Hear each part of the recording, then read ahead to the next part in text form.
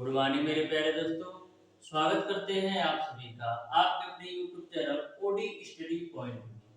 तो प्यारे दोस्तों, आज की क्लास में हम लोग सॉल्व करेंगे परमाणु संरचना से रिलेटेड जितने भी क्वेश्चन आपके एग्जामिनेशन में पूछे गए हैं या जितने भी क्वेश्चन आपके बुक में दिए गए हैं, टोटल क्वेश्चन का सॉल्यूशन बिल्कुल कॉन्सेप्ट के साथ आपको बताने वाला हूं, जिससे आपको सभी क्वेश्चन के कॉन्सेप्ट अच्छी तरीके से समझ में आ सके। तो आज की क्लास में डियर स्टूडेंट, परमाणु संरचना के जितने भी क्वेश्चन है, टोटल क्वेश्चन को बिल्कुल बेहतरीन तरीके से एक क्लास के माध्यम से मैं सॉल्व कराने वाला हूं। आप पेशेंस के साथ प्रत्येक क्वेश्चन के सॉल्यूशन को देखिएगा, प्रत्येक क्वेश्चन के आंसर को देखिएगा, जिससे आपको बिल्कुल अच्छी तरीके से सारे क्वेश्चन के कॉन्सेप्ट समझ में आ सके। यह चैप्टर डियर स्टूडेंट आपके पॉलिटेक्निक अथवा आईईआरटी एंट्रेंस एग्जाम में दो क्वेश्चन 100% देकर जाएगा, जिसमें एक आपका न्यूमेरिकल टाइप का क्वेश्चन होगा और दूसरा आपका थ्योरेटिकल टाइप का क्वेश्चन होगा।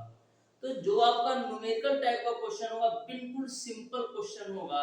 यदि आपको बेसिक कॉन्सेप्ट अच्छी तरीके से पता होगा तो मैक्सिमम दोनों क्वेश्चन को 10 सेकंड के अंदर कर पाओगे। तो स्टार्ट करेंगे डियर स्टूडेंट आज की क्लास।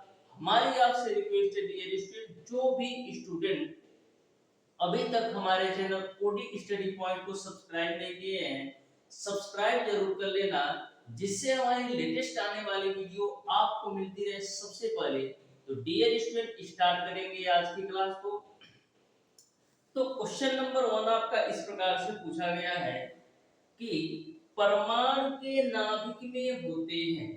तो डियर स्टूडेंट, परमाणु के नाभिक में प्रोटॉन और न्यूट्रॉन होते हैं। जो आपका इलेक्ट्रॉन होता है नाभिक के चारों ओर चक्कर लगाता है। क्या? परमाणु के नाभिक में डियर स्टूडेंट प्रोटॉन और न्यूट्रॉन होते हैं। जैसे मैंने ये परमाणु का नाभिक बना लिया, तो जो आपका प्रोटॉन और न्यूट्रॉन होते हैं नाभिक के अंदर होते हैं, लेकिन जो आपका इलेक्ट्रॉन होते हैं डियर स्टूडेंट ना, वो नाभिक के चारों ओर इस तरीके से चक्कर लगाते हैं। तो आपको क्वेश्चन नंबर 1 का आंसर मिल गया होगा कि परमाणु के नाभिक में प्रोटॉन और न्यूट्रॉन होते हैं, यानी क्वेश्चन नंबर 1 का ऑप्शन नंबर बी सही हो जाएगा। क्वेश्चन नंबर 2 को आप ध्यान से देखिएगा। परमाणु को सर्वप्रथम किसने विभाजित किया था? परमाणु को सर्वप्रथम किसने विभाजित किया था? 4 ऑप्शन इन्होंने दे रखा है। तो डियर स्टूडेंट, परमाणु को सबसे पहले थॉमस ग्राहम ने विभाजित किया था, जो कि ऑप्शन नंबर डी में दे रखा है, यानी क्वेश्चन नंबर 2 का ऑप्शन नंबर डी सही हो जाएगा। क्वेश्चन नंबर 3 आपका है डियर स्टूडेंट, परमाणु के नाभिक में स्थित प्रोटॉनों तथा न्यूट्रॉनों की संख्या कहलाती है। यानी कि परमाणु के नाभिक के अंदर जो प्रोटॉनों और न्यूट्रॉनों की संख्या होती है वो क्या कहलाती है? तो डियर स्टूडेंट, मैंने कल की ही क्लास में बताया था कि परमाणु के नाभिक में स्थित प्रोटॉनों और न्यूट्रॉनों की जो संख्या होती है द्रव्यमान संख्या के बराबर होती है, क्योंकि आपको पता है कि जो आपका एटॉमिक मास होता है, यानी कि जो आपका परमाणु द्रव्यमान होता है, वो आपका प्रोटॉनों और न्यूट्रॉनों की संख्याओं के योग के बराबर होता है। यानी कि परमाणु के नाभिक में जो प्रोटॉन और न्यूट्रॉन है वो आपका परमाणु द्रव्यमान के बराबर है, यानी द्रव्यमान संख्या के बराबर है। यानी क्वेश्चन नंबर 3 का ऑप्शन नंबर ए सही हो जाएगा। क्वेश्चन नंबर 4 आपका है नाभिक का आकार होता है। तो जो आपका नाभिक होता है ना, इसका आकार 10 पे पावर माइनस का 12 सेंटीमीटर के बराबर होता है। 10 पे पावर माइनस 12 सेंटीमीटर के बराबर होता है परमाणु का आकार। क्वेश्चन नंबर 5 पर चलते हैं डियर स्टूडेंट, निम्नलिखित में से कौन सा कथन असत्य है? आपको चारों ऑप्शंस को देखना है और बताना है कौन सा कथन असत्य है। तो ऑप्शन नंबर ए आपको दे रखा है कि परमाणुओं के संयोग से अणुओं का निर्माण होता है। तो बिल्कुल सही है कि परमाणुओं के संयोग से अणुओं का निर्माण होता है। ऑप्शन नंबर बी आपका है परमाणु अविभाज्य है। क्या परमाणु अविभाज्य है? नहीं डियर स्टूडेंट, परमाणु विभाज्य है। ये आधुनिक परमाणुवाद के अनुसार जो आपका परमाणु होता है ना, विभाज्य है। परमाणु जो होता है इलेक्ट्रॉन, प्रोटॉन, न्यूट्रॉन और मूल कणों से मिलकर बना होता है। यानी कि जो ऑप्शन नंबर बी है पूरी तरह से गलत है। परमाणु अविभाज्य नहीं है बल्कि विभाज्य है। क्वेश्चन नंबर 6 को ध्यान दीजिएगा। किसी तत्व का सूक्ष्मतम कण जो स्वतंत्र अवस्था में रह सकता है कहलाता है। तो किसी भी तत्व का सूक्ष्मतम कण जो स्वतंत्र अवस्था में रह सकता है उसको हम क्या बोलते हैं? अणु कहते हैं। यानी क्वेश्चन नंबर 6 का ऑप्शन नंबर ए सही हो जाएगा। क्वेश्चन नंबर 7 आपसे पूछा गया है कि एक तत्व का परमाणु क्रमांक 19 है और परमाणु भार आपका 39 है, तो न्यूट्रॉनों की संख्या बता दो। एक तत्व का परमाणु क्रमांक इन्होंने दे रखा है कितना? 19 दे रखा है। अब परमाणु भार दे रखा है 39। तो आपको न्यूट्रॉनों की संख्या बताना है। तो न्यूट्रॉनों की संख्या कैसे निकालते हो? न्यूट्रॉनों की संख्या निकालने के लिए हम लोग क्या करते हैं? परमाणु भार में से परमाणु क्रमांक को घटा देते हैं। तो परमाणु भार आपको दे रखा है 39 और परमाणु क्रमांक 19 दे रखा है, तो न्यूट्रॉनों की संख्या आपको मिल जाएगी 20। यानी कि जो न्यूट्रॉनों की संख्या होगी वो आपका 20 होगा। यानी क्वेश्चन नंबर 7 का dear student option number B सही हो जाएगा। क्वेश्चन नंबर 8 है आपका डियर स्टूडेंट, क्रोमियम परमाणु में प्रोटॉन, न्यूट्रॉन तथा इलेक्ट्रॉन कैल्शियम है डियर स्टूडेंट। कैल्शियम परमाणु में प्रोटॉन, न्यूट्रॉन तथा इलेक्ट्रॉनों की संख्या बताना है। तो कैल्शियम परमाणु में इलेक्ट्रॉन, प्रोटॉन और न्यूट्रॉनों की संख्या बताना है। तो कैल्शियम का जो परमाणु क्रमांक होता है 20 होता है और परमाणु भार आपका 40 होता है। तो आपको पता है कि परमाणु क्रमांक के बराबर आपका प्रोटॉनों की संख्या होती है और इलेक्ट्रॉनों की संख्या होती है। यानी कि एटॉमिक नंबर के बराबर ही प्रोटॉनों की संख्या और इलेक्ट्रॉनों की संख्या होती है। तो एटॉमिक नंबर 20 है, यानी प्रोटॉन भी 20 हो जाएगा और इलेक्ट्रॉन भी 20 हो जाएगा। अब न्यूट्रॉनों की संख्या कैसे निकालोगे? तो न्यूट्रॉनों की संख्या निकालने के लिए ये हम लोग करते क्या है? एटॉमिक मास में से एटॉमिक नंबर घटा देते हैं। यानी कि परमाणु द्रव्यमान में से परमाणु क्रमांक घटाएंगे तो 40 में से 20 घटाओगे कितना मिलेगा? 20। यानी न्यूट्रॉनों की भी संख्या 20 आ जाएगी। तो इस तरीके से इलेक्ट्रॉन, प्रोटॉन और न्यूट्रॉन 20-20 हो जाएंगे। यानी क्वेश्चन नंबर 8 का ऑप्शन नंबर ए सही हो जाएगा। क्वेश्चन नंबर 8 को आप बिल्कुल ध्यान से देखिएगा। क्वेश्चन नंबर 9 को आप बिल्कुल ध्यान से देखिएगा। बोला है एक तत्व का परमाणु भार 45 है तथा परमाणु क्रमांक आपका दे रखा है 21 है, तो इलेक्ट्रॉन और न्यूट्रॉन की संख्या बताना है। एक कोई तत्व है जिसका आपको दे रखा है परमाणु क्रमांक 21 और परमाणु भार आपका 45, यानी एटॉमिक मास जो दे रखा है, वो आपको दे रखा है 45 और एटॉमिक नंबर जो आपको दे रखा है वो आपको दे रखा है 21। तो आपको बताना है कि इलेक्ट्रॉन और न्यूट्रॉन की संख्या कितनी होगी। तो जो आपका इलेक्ट्रॉनों की संख्या होती है परमाणु क्रमांक के बराबर होती है, यानी इलेक्ट्रॉनों की संख्या तो आपका 21 हो जाएगा। न्यूट्रॉनों की संख्या कैसे निकालते हो? तो एटॉमिक मास में से एटॉमिक नंबर घटा देंगे, यानी कि परमाणु द्रव्यमान में से परमाणु क्रमांक घटाओगे तो न्यूट्रॉनों की संख्या मिल जाएगी। तो 45 में से 21 जाएगा, 24 मिल जाएगा। यानी 21 इलेक्ट्रॉन होंगे और 24 न्यूट्रॉन होंगे। इस तरीके से क्वेश्चन नंबर 9 का ऑप्शन नंबर आपका डी सही हो जाएगा। ऑप्शन नंबर डी बिल्कुल राइट आंसर होगा, 21 इलेक्ट्रॉन 24 न्यूट्रॉन। क्वेश्चन नंबर 10 को आप ध्यान से देखिएगा। निम्नलिखित में से कौन सा कथन असत्य है? यानी कि चारों ऑप्शंस में कौन सा कथन असत्य है ये आपको बताना है। ऑप्शन नंबर ए आपको दे रखा है परमाणु 3 मूलकण प्रोटॉन, न्यूट्रॉन तथा इलेक्ट्रॉन से बना होता है, बिल्कुल सही है। ऑप्शन नंबर बी आपको दे रखा है परमाणु विभाज्य है, ये भी आपका सही है। ऑप्शन नंबर सी आपको दे रखा है किसी एक ही तत्व के परमाणुओं के द्रव्यमान भिन्न भिन्न हो सकते हैं। किसी भी एक तत्व के परमाणुओं के द्रव्यमान भिन्न भिन्न हो सकते हैं, ये भी बिल्कुल राइट आंसर है आधुनिक परमाणुवाद के अनुसार। यानी क्वेश्चन नंबर 10 का ऑप्शन नंबर डी सही होगा।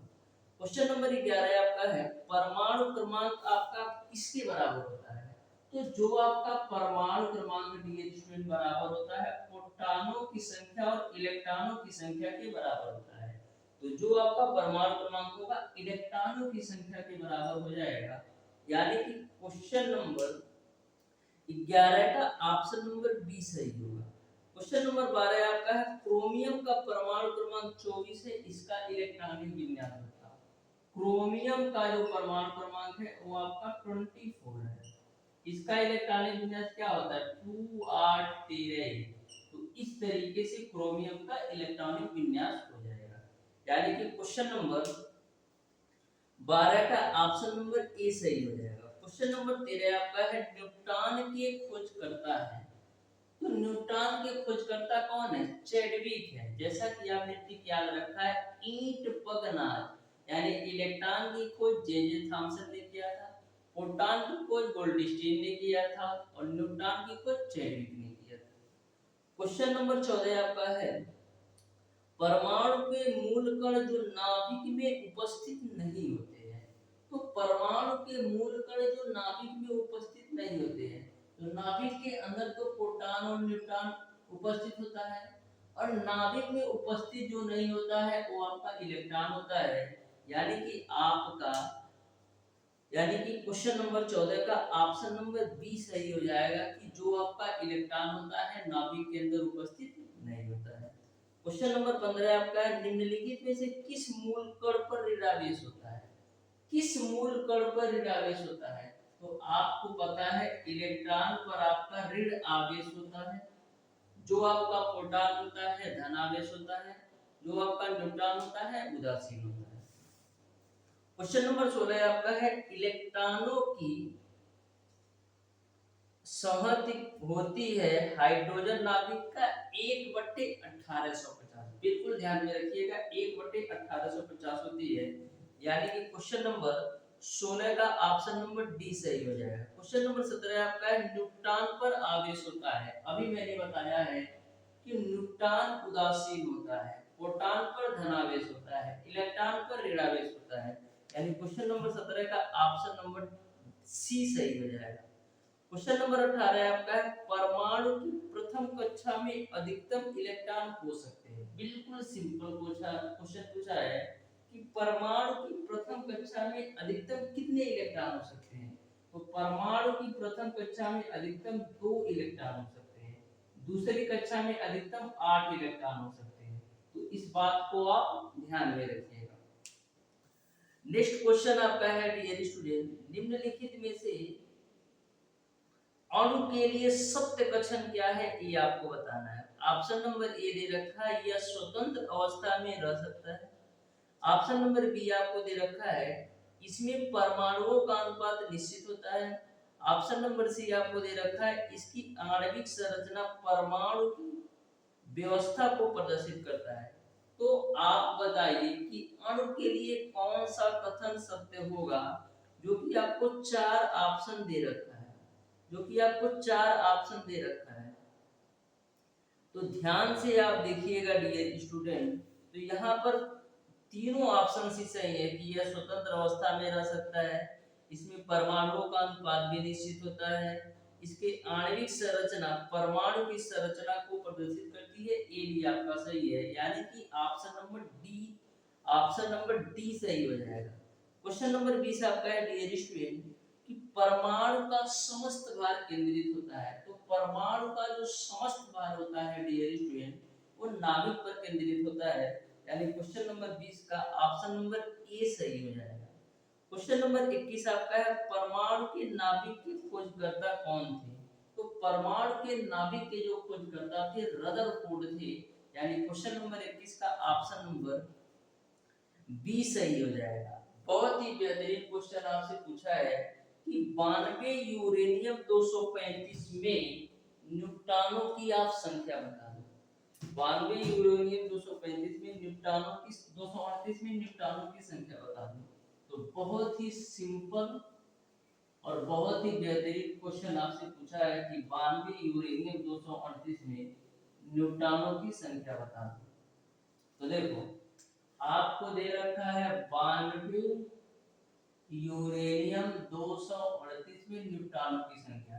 तो न्यूट्रॉनों की संख्या कैसे निकालते हो? न्यूट्रॉनों की संख्या निकालने के लिए हम लोग करते क्या है, परमाणु भार में से परमाणु क्रमांक घटा देते हैं। तो 238 में से 92 घटाओ, 8 में से 2 जाएगा 6, 13 में से 9 जाएगा 4, 1, यानी कि न्यूट्रॉनों की जो संख्या होगी वो आपका 146 होगा। इस तरीके से क्वेश्चन नंबर 22 का ऑप्शन नंबर सी सही हो जाएगा। क्वेश्चन नंबर 23 देखो, बहुत ही बेहतरीन क्वेश्चन पूछा है। बोला है कि CO2 अणु में इलेक्ट्रॉनों की आप संख्या बता दो। CO2 अणु में इलेक्ट्रॉनों की संख्या बता दो। तो आपको पता है कि जो आपका इलेक्ट्रॉनों की संख्या होती है परमाणु क्रमांक के बराबर होती है।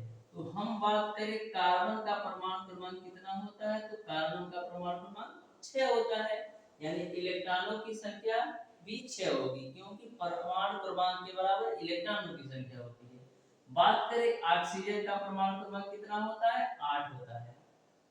तो 8 यदि परमाणु क्रमांक है तो इलेक्ट्रॉनों की भी संख्या 8 होगी, यानी 8 और 2 भाग ऑक्सीजन है तो 8 गुणे 2 कर दो, इसी को ऐड कर दो। तो 8 गुना 16 और 6 कितना होगा, 22, यानी कि CO2 अणु में जो इलेक्ट्रॉनों की संख्या होगी वो आपका 22 हो जाएगा।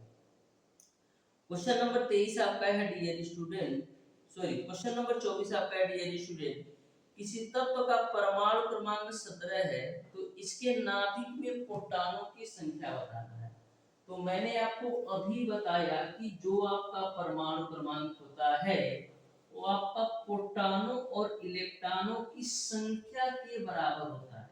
तो यदि तत्व का परमाणु क्रमांक 17 है तो प्रोटॉनों की भी संख्या 17 होगी और इलेक्ट्रॉनों की भी संख्या 17 होगी। ठीक है, यानी क्वेश्चन नंबर 25 का ऑप्शन नंबर ए सही होगा। क्वेश्चन नंबर 26 आपका है, परमाणु संख्या का आविष्कार किसने किया था? तो परमाणु संख्या का आविष्कार डियर स्टूडेंट सन 1911 ईस्वी में मोजले ने किया था। किसने? मोजले ने किया था। डायरेक्ट क्वेश्चन पूछा जाता है, आप बिल्कुल ध्यान में रखिएगा। ये छोटे छोटे पॉइंट होते हैं कि परमाणु क्रमांक का किसने आविष्कार किया था, नाभिक का आवेश कितना होता है, और उसके बाद से नाभिक की खोज किसने की थी। तो ये सारी चीजें आप बिल्कुल डायरेक्ट एग्जामिनेशन में बनते हैं और 1 सेकंड में कर जाओगे। तो क्वेश्चन नंबर 26 को आप ध्यान से देखिएगा, 27 को आप ध्यान से देखिएगा।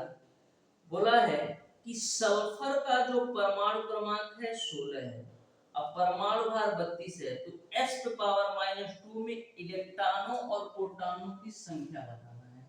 क्या बताना है? s⁻⁻2 में इलेक्ट्रॉनों और प्रोटॉनों की संख्या बताना है। सल्फर का जो परमाणु भार दे रखा है वो इन्होंने 32 दे रखा है, और जो परमाणु क्रमांक दे रखा है इन्होंने 16 दे रखा है। तो सल्फर पे पावर -2 का मतलब ये है कि सल्फर ने 2 इलेक्ट्रॉन ग्रहण किया है।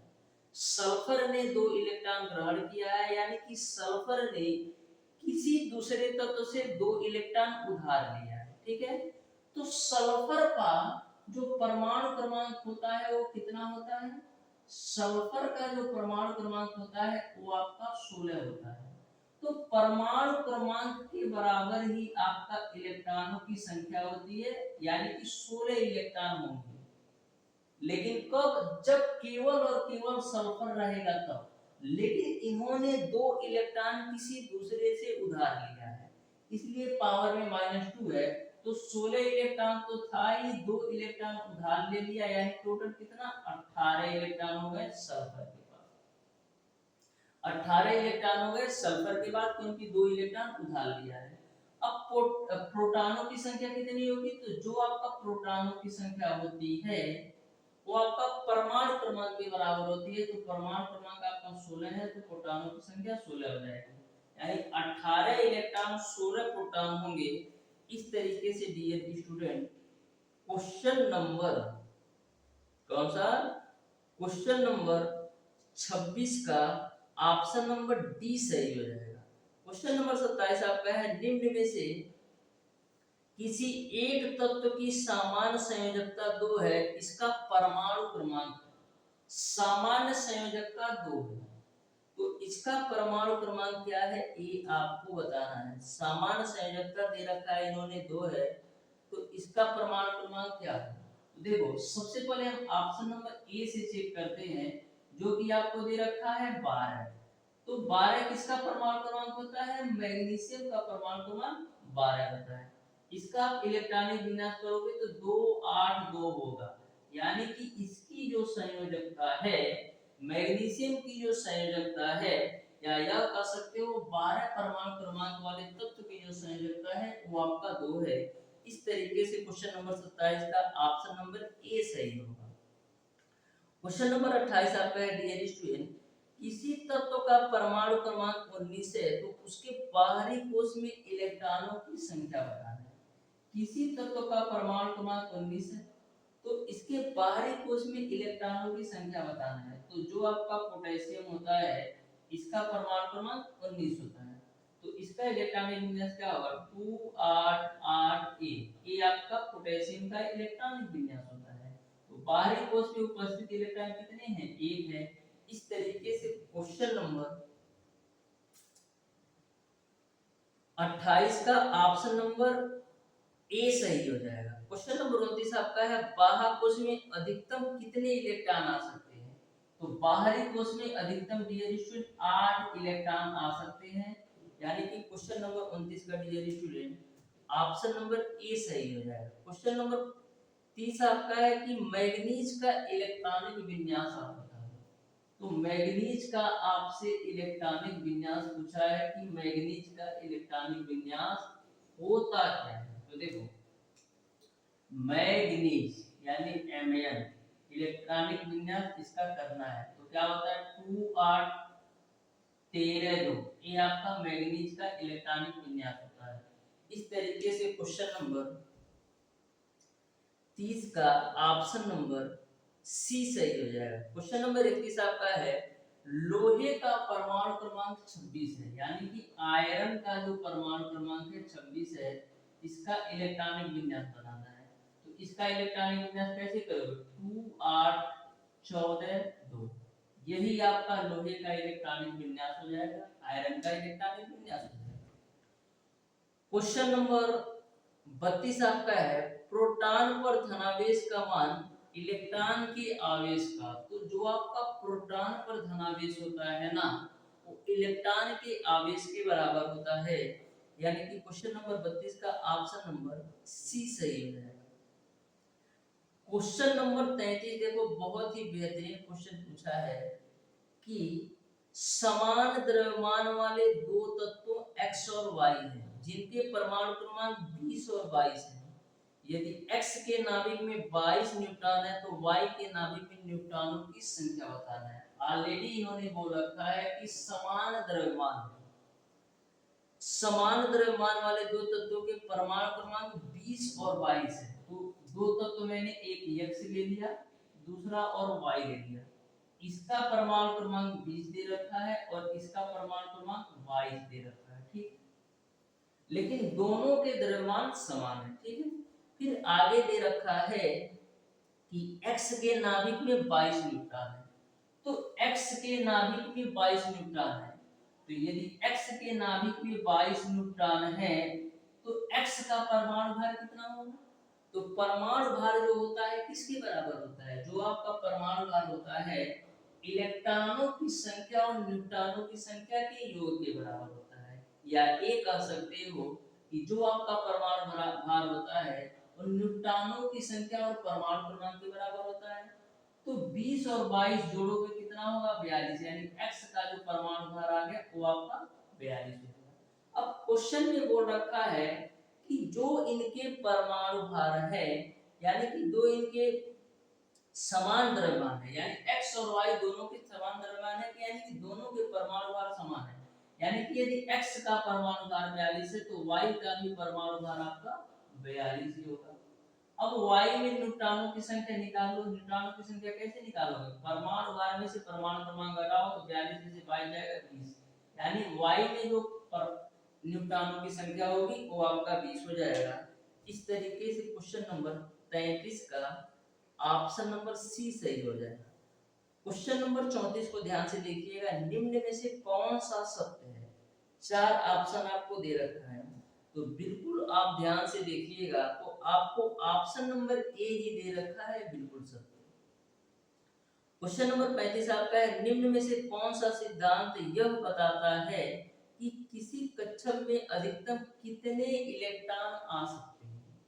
तो मैंने आपको पाउली का अपवर्जन नियम बताया था। तो पाउली का अपवर्जन नियम ये कहता है कि किसी भी कक्षक में अधिकतम दो ही इलेक्ट्रॉन आ सकते हैं, लेकिन उनके चक्रण की जो दिशा होगी वो आपका एक दूसरे के विपरीत होगी। यानी कि जो आपका पाउली का अपवर्जन नियम होता है यही बताता है कि किसी भी कक्षक में अधिकतम दो ही इलेक्ट्रॉन आ सकते हैं, लेकिन उनके चक्रण की दिशा एक दूसरे के विपरीत होगी। इस तरीके से क्वेश्चन नंबर 35 का ऑप्शन नंबर बी सही हो जाएगा। क्वेश्चन नंबर 36 आपका है, किसी तत्व का जो परमाणु भार है वो आपका 19 है। परमाणु के द्वितीय कक्षा में एक इलेक्ट्रॉन है, तो नाभिक में प्रोटॉनों की संख्या बताना है। यानी द्वितीय कक्षा में 7 इलेक्ट्रॉन है। तो यहाँ पर हम देखते हैं, तो द्वितीय कक्षा में 7 इलेक्ट्रॉन कैसे होगा, 2 और 7 के माध्यम से द्वितीय कक्षा में 7 इलेक्ट्रॉन होगा। यानी कि इस तत्व का कहीं ना कहीं परमाणु क्रमांक 9 रहा होगा, और 9 परमाणु क्रमांक कितना किसका होता है, क्लोरीन का। तो इस तरीके से द्वितीय कक्षा में यदि 7 इलेक्ट्रॉन होगा, तो उस तत्व का जो परमाणु क्रमांक होगा वो आपका 9 होगा। तो इस तरीके से इन्होंने पूछा है कि प्रोटॉनों की संख्या होगी, तो जो आपका प्रोटॉनों की संख्या होती है परमाणु क्रमांक के बराबर होती है, यानी कि 9 हो जाएगा। इस तरीके से क्वेश्चन नंबर 36 का ऑप्शन नंबर बी सही हो जाएगा।